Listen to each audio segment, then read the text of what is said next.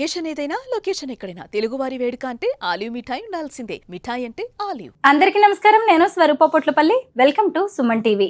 మహాకుంభమేళాలో పూసలమ్ముతూ అందరినీ ఆకర్షించిన మోనాలిసా భోంస్లే ఇప్పుడు టాలీవుడ్ లోకి గ్రాండ్ ఎంట్రీ ఇస్తుంది. నమస్తే హైదరాబాద్. అది కూడా పాన్ ఇండియా సినిమాతో. సాయి చరణ్ హీరోగా నటిస్తున్న లైఫ్ సినిమాలో ఆమె హీరోయిన్ గా యాక్ట్ చేయబోతోంది. ప్రస్తుతం నాతో పాటు ఉన్నారు సీనియర్ ఫిల్మ్ జర్నలిస్ట్ క్రిటిక్ ప్రభు గారు. ఆయనతో మాట్లాడదాం. నమస్తే ప్రభు గారు. ముఖ్యంగా మోనాలిసా హీరోయిన్ గా సెలెక్ట్ అవ్వడం మీద విపరీతంగా ట్రోలింగ్ నడుస్తోంది. దాని గురించి కూడా మనం మాట్లాడుకోవాలి. అది కూడా ఇప్పుడు ఏమో నటించబోయేది చరణ్ సాయితో పాన్ ఇండియా సినిమా అంటున్నారు. అసలు ఒక రకంగా మోనాలిసా లాంటి పూసలమ్ముకునే అమ్మాయిని పాన్ ఇండియా సినిమాకి సెలెక్ట్ చేయడం అనేది ధైర్యం చేస్తున్నట్టేనా?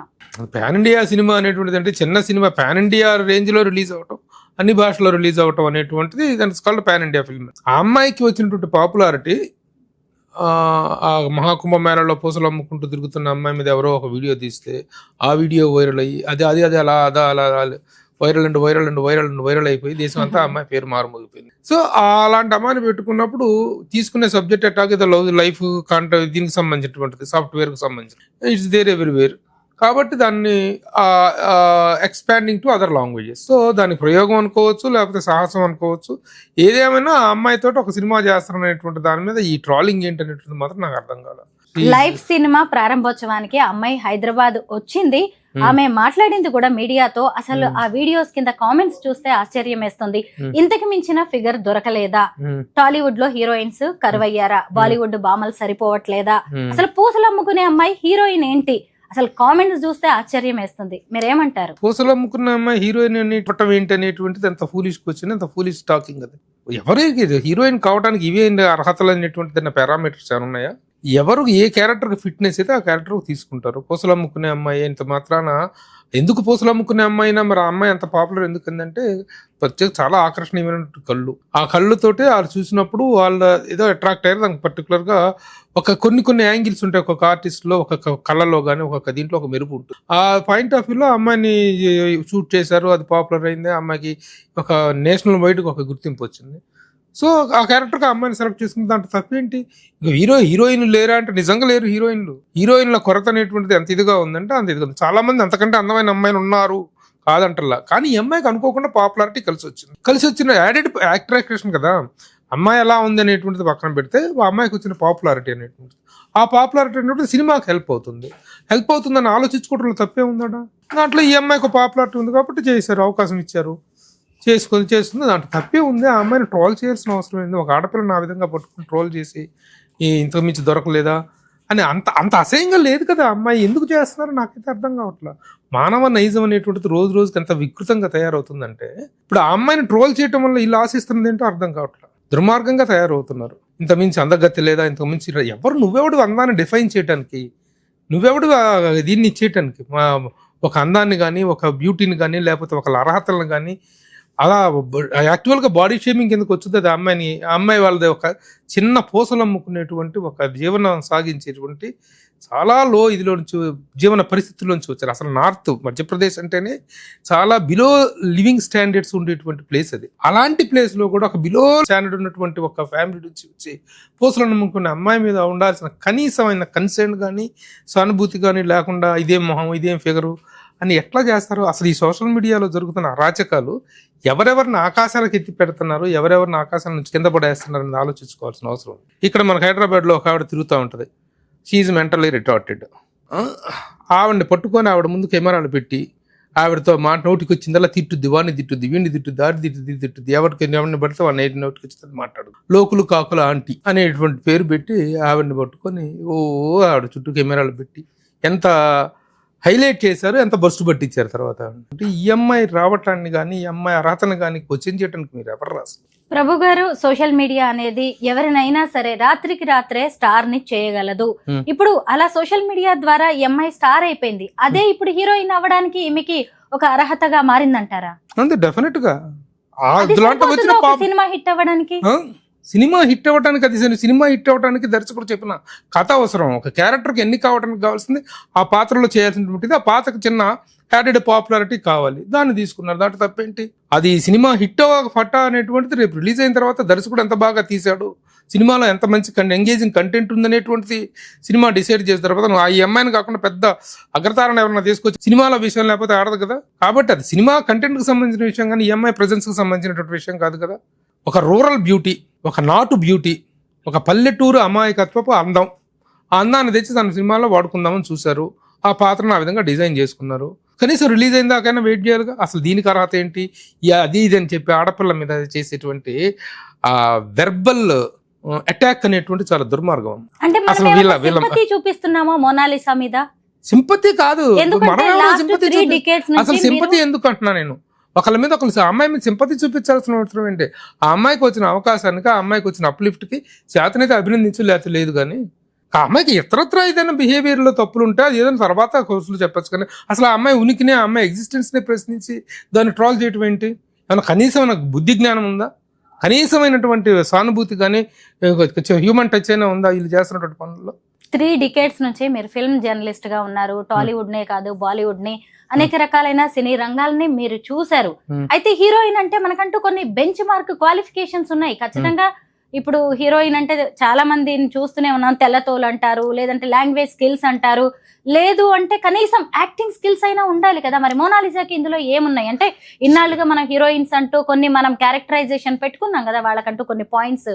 అది నీకు అందము, అర్హత అనేటువంటి క్యారెక్టర్ని బట్టి వస్తాయి.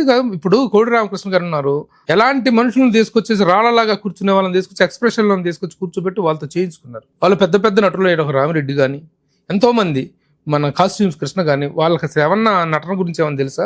ఎందుకు తన పాత్రకు షూట్ అవుతారు ఈ పర్సనాలిటీ అని చెప్పి తెచ్చిపెట్టుకున్నారు. అలాగే మనం ఈ రోజున నన్ను అడిగితే మన హీరోయిన్లు, మన మహానటిగా సావిత్రి గారిని చెప్పుకుంటాం, ఇంకా చాలామంది హీరోయిన్లు చెప్పుకుంటాం.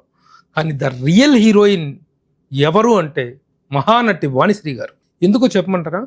వాణిశ్రీ గారు నల్లగా ఉంటారు, ఆవిడకి మేకప్ పెట్టిన 2 hours పట్టేది. ఎలాంటి పాత్రల ద్వారా వచ్చారు ఆవిడ? పల్లెలు పట్టుకొని చెలికత్తె పాత్రలు చేశారు ఆవిడ. అలాంటి మనిషి, అలాంటి స్థాయి నుంచి వచ్చినటువంటి వ్యక్తి 2 దశాబ్దాల పాటు ఈ ఇండస్ట్రీని ఏలింది. ఒకసారిగా తెలుగు, తమిళ, కన్నడ, మలయాళం అన్ని భాషల్లో ఒక ఏలుడు ఏలింది ఆవిడ. అలాంటి స్ట్రగులింగ్ హీరోయిన్ ఆవిడ. ఆ ఏ అర్హతలు అంటారు చెప్పండి? ఆవిడ అందం, ఆవిడ అభినయం, ఫస్ట్ ఆవిడకు వచ్చిన పాత్రలు. అలాంటి స్ట్రగులింగ్ హీరోయిన్ మళ్ళీ చరిత్రలో పుట్టదో రాదమ్మా. మరి ఎక్కడి నుంచి వచ్చింది ఆవిడ? ఎలాంటి స్థితిలో నుంచి వచ్చింది? ఎన్ని అవమానాల నుంచి, ఎన్ని హవాలాల నుంచి పైకి వచ్చింది ఆవిడ? సో ఎవరి అవకాశాలు ఎలా వస్తాయో, ఎవరిని అదృష్టం తలుపు తడుతుందో, ఏ పరిస్థితుల్లో ఎవరు రైజ్ అవుతారో, ఏ పరిస్థితుల్లో ఎవరు ఫాలో అవుతారో, we are not suppose to decide. వచ్చిన వాళ్ళని అకారణంగా ద్వేషించడం, ఏదైనా కారణం ఉండి ద్వేషించామంటే అర్థం ఉంది. ఎక్కడో ఒక చిన్న మారుమూల ప్రాంతం నుంచి ఒక పూసల అమ్మాయికి ఒక అవకాశం వస్తే దాన్ని ఆహ్వానించాల్సినటువంటి మెంటాలిటీని డెవలప్ చేసుకోకుండా ఇలాంటి క్రూయల్ మెంటాలిటీ డెవలప్ చేసుకునే వాళ్ళని వీ కాంట్ హెల్ప్ ఇట్. అయితే మన ఈ మోనాలిసాకి ఈ సినిమా ఆఫర్ అనేది ఫస్ట్ ఏం కాదు. ఎందుకంటే బాలీవుడ్ ఆమెకి ముందు రెడ్ కార్పెట్ వేసింది. ఏకంగా దర్శకుడు సనోజ్ మిశ్రా ఆమె ఇంటికి వెళ్లి మరి సినిమా ఆఫర్ ఇచ్చారు.